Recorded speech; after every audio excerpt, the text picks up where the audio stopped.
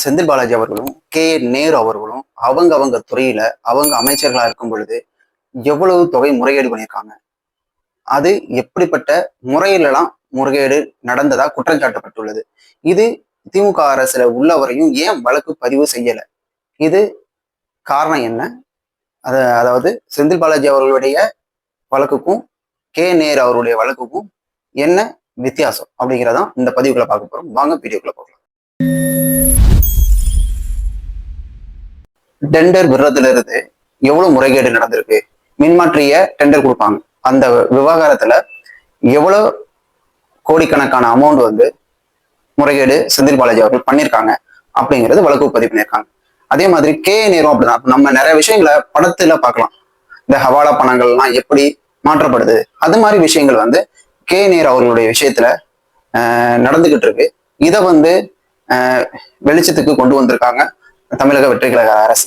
இப்ப இதற்கு காரணமாக தான் நாங்க ஆட்சிக்கு வரணும் துடிக்கிறது. காரணம் என்னன்னா, நாங்க கொள்ளடிச்ச பணம்லாம் நாங்களே வச்சுக்கணும், இதை யாரும் கண்டுபிடிக்க கூடாது, நாங்க ரெகுலரா ஆட்சியில இருந்தா இதே மாதிரி கொள்ளடிச்சு நாங்க பணத்தை பெருகிக்கிட்டே இருப்போம், அதுவும் தமிழ்நாட்டுல கிடையாது வெளிநாட்டுகள்ல. ஓகேவா? அது மாதிரியான அந்த ஒரே காரணம் தான் இவங்களுடைய இலக்கு. நம்ம ஆட்சிக்கு மக்களுக்கு நல்லது பண்ண போறோம் அப்படிங்கிற ஒரு இலக்கு கிடையாது. இப்ப தமிழக வெற்றிகளை வந்ததும் இவங்க ஏன் இப்படி ரியாக்ட் பண்ண ஆரம்பிச்சாங்கன்னா, வந்துட்டா யார் யாரு எவ்வளவு ஊழல் பண்ணாங்க, இப்போ ஒவ்வொரு துறையா நோண்டி எடுத்துக்கிட்டே இருக்காங்க. அதுல இது அப்பட்டமா ஆல்ரெடி தெரிஞ்சது இந்த 2 துறை. இந்த 2 துறையில மட்டுமே எவ்வளவு கோடிக்கணக்கான பணங்கள் போயிருக்குன்னா 397 கோடி இழப்பு மின்சாரத்துறைக்கு ஏற்பட்டிருக்கு. அதுக்கு காரணம் என்னன்னா, மின்மாற்றிய 25 கிலோ வாட்ஸ்ல இருந்து 500 கிலோ வாட்ஸ் மின்மாற்றிய டெண்டருக்கு விட்டதுல 2021, 22, 23 இந்த காலகட்டங்கள்ல இவ்வளவு கோடி ரூபாய் ஊழல் நடந்திருக்கு அப்படின்னு எஃப்ஐஆர் பதிவு பண்ணியிருக்காங்க செந்தில் பாலாஜி அவர்கள் மேல. இப்ப இந்த பணம்லாம் யாருடைய பணம்? மக்களுடைய பணம். இதெல்லாம் எங்க போகுது? ஓகேவா? இது ஒரு கொஸ்டின் மார்க் இருக்கு. இந்த காரணங்களாலதான் தாவேக்கா அரசை இவ்வளவு குற்றம் சாட்டிட்டு வராங்க. ஆனா தாவேக்கா அரசு என்ன சொல்லியிருக்கு அப்படின்னா, 1 ரூபாய் கூட நானும் கை வைக்க மாட்டேன், என்னோட அரசு உள்ள அமைச்சர்களும் கை வைக்க மாட்டாங்க, எம்எல்ஏக்களும் கை வைக்க மாட்டாங்க, எந்த அதிகாரிகளும் கை வைக்க விடவும் மாட்டேன். சப்போஸ் அது மாதிரி பண்ணாங்கன்னா, அது மாதிரி என்ன இருக்கக்கூடாது, அது மாதிரி என்ன இருந்தது நீங்க பண்ணீங்கன்னு தெரிஞ்சதுன்னா அப்பவே உங்களை வேலையை விட்டு நிக்கிறேன் அப்படிங்கிற ஒரு வார்னிங்க நிறைய அதிகாரிகளுக்கும் அமைச்சர்களுக்கும் முதல்வர் அவர்கள் கொடுத்திருக்காங்க. இப்போ இது நம்ம முக்கியமா பார்க்க வேண்டியது என்னன்னா, இந்த டிரான்ஸ்ஃபார்ம் வழக்கிலேயே இவ்வளவு ஊழல் இருக்குன்னா இன்னமும் எவ்வளவு துறைகள்ல எவ்வளவு ஊழல் இருக்கு.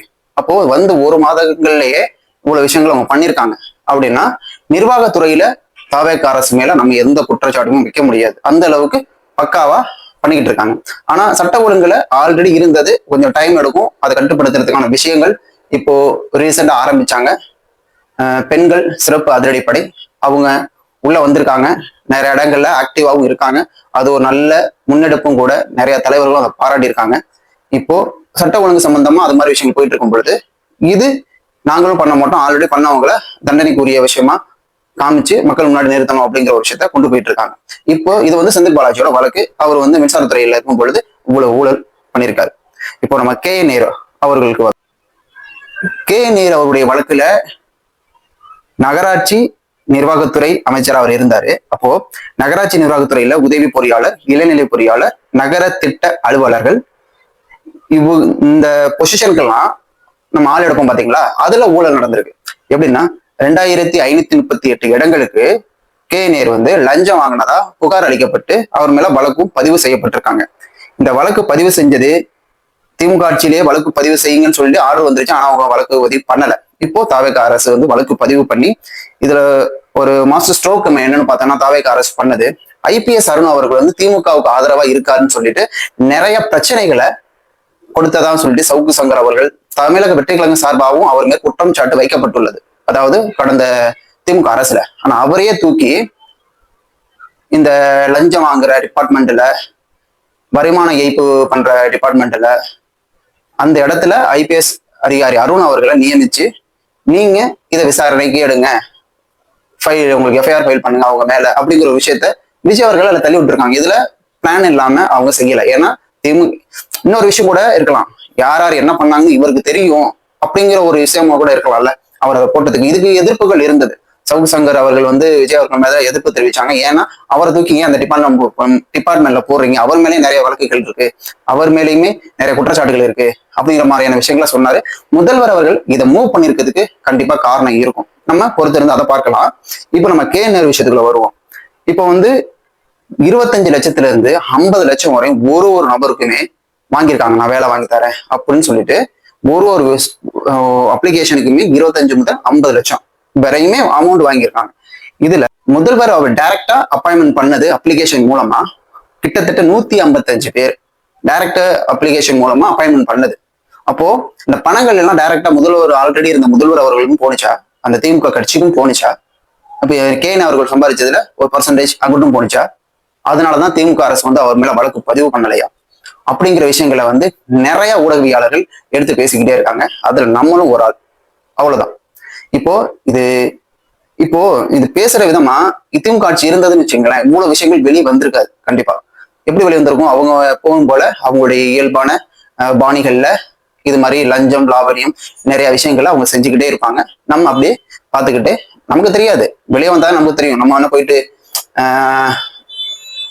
அதாவது யூடியூபர் வந்து மாரிதாஸ் அவர்கள் இருக்காங்க, அவர் வந்து ஃபுல் டேட்டாவே வெளியிட்டாரு. இங்க ஹவாலா பணம் மூவ் ஆயிருக்கு, இங்க வந்து நேரு அவர்கள் வந்து நிறைய விஷயங்களை பண்ணிக்கிட்டு இருக்காரு, அவருடைய தம்பி மூலமாகவும் அவருடைய ரொம்ப க்ளோஸா உள்ள ஃப்ரெண்டு மூலமாகவும் இவ்வளவு விஷயங்கள் வந்து மூவ் ஆயிட்டு இருக்கு, ஹவாலால பணம் வந்து பரிமாற செய்யப்பட்டு இருக்கு அப்படிங்கிறத மாரிதாஸ் அவர்கள் ப்ரூஃபோடவே வெளியிட்டு இருக்காரு. இப்போ இது மாதிரியான விஷயங்கள் இப்போ நிறைய பேசப்பட்டு இருக்கு. இதுக்கு முன்னாடி பேசப்பட்டதுதான். ஆக்சுவலா அதை திமுக அரசு வந்து நடவடிக்கை எடுக்கல. இப்போ தவிக அரசு வந்து அதை நடவடிக்கை எடுக்கிறதுக்கான சம்மன் அனுப்பியிருக்காங்க, எஃப்ஐஆரும் வழக்கு பதிவு பண்ணியிருக்காங்க.